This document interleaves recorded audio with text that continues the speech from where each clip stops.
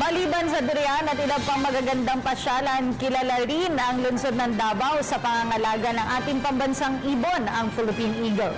Katuwang ang DENR, patuloy na inaalagaan at sinusubukang paramihin sa Eagle Center ang naturang ibon na itinuturing ng endangered species. Silipin natin yan sa ulat ni Sweden Velado. Matikas, matapang, kinatatakutan ang ilan sa mga katangian ng ating bagong Pangulong Rodrigo Roa Duterte.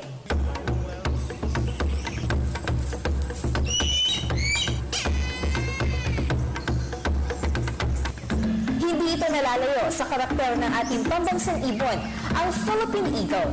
At alam niyo ba, dito rin pala mismo sa Davao City matatagpuan ang Philippine Eagle Center. Isang oras ang layo nito mula downtown at sulit ang biyahe dahil iba't ibang uri ng hayop na dito lang matatagpuan sa Pilipinas ang inyong makikita. Kung inyong natatandaan ang Philippine Eagle na si Pag-asa, dito siya inaalagaan kasama nila Mindanao at Fighter. Here in Philippine Eagle Center, we have our very famous eagle, which is Pag-asa, which is a Philippine eagle. Then, Pag-asa is actually famous because it's actually our very first hatch here in the center and also a product of artificial insemination. Pinakauna. Ang nakakatuwa sa ating mga Philippine Eagle, sila ay monogamous. Ibig sabihin ay stick-to-one partner. Habang buhay din ang courtship o panliligaw sa kanila. Kaya kung para sa iba ay walang forever, sa ating Philippine Eagle, may forever. Basta't kasama kita, lahat magagawa, lahat ay maiaalay sa'yo. May lawak na mahigit 80 hektarya, tahanan sa 36 na iba't ibang klase ng agila ang Philippine Eagle Center. Ang Pinskers Hawk Eagle na ito ay tanging sa Mindanao lang makikita. Nakakalungkot nga lang dahil ito ay endangered species na maging ang Philippine Eagle. Sa huling tala ng Philippine Eagle Center, mayroon na lamang 400 pares sa buong bansa.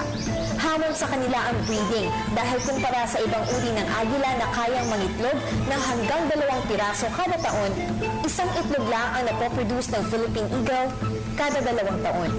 Katuwang ang Department of Environment and Natural Resources, napapanatili naman ng Philippine Eagle Center ang maayos na pag-aalaga sa ating mga agila.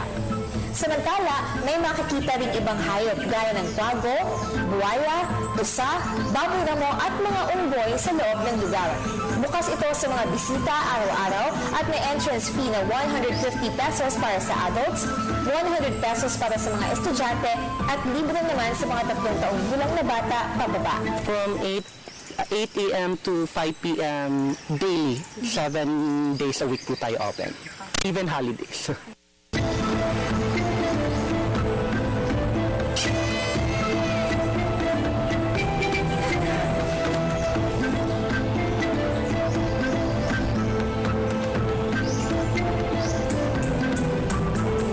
Para sa Telebisyon ng Bayan, ako si Sweden Velado, Davao City.